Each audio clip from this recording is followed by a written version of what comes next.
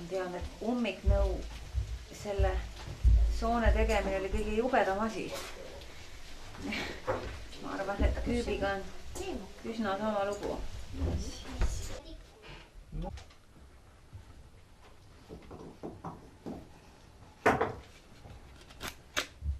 Kui on tegemist toore küübiga, siis tuleb jätta päris suur varu. Kui me jätame toorele küübile nagu selle kuiva kaane peale, siis ta lihtsalt kuivab meil sinna nii kinni ja samas lööb ka küübi lõhki. Nüüd, miks oli ERMi küüpidel ka, miks need sälgud siin külje peal olid, see oli sellepärast, et siis kui nagu tuleb mingi pidur, siis nagu mõõdeti siit mõlemast otsast, et on omaga väike sälk. Siit tuleb nagu natuke maha võtta.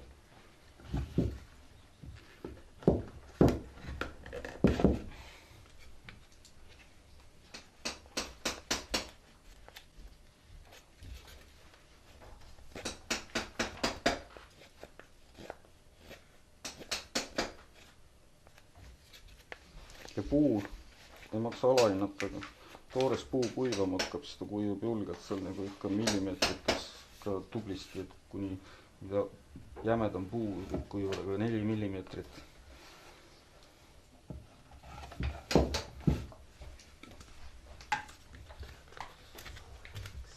Ja.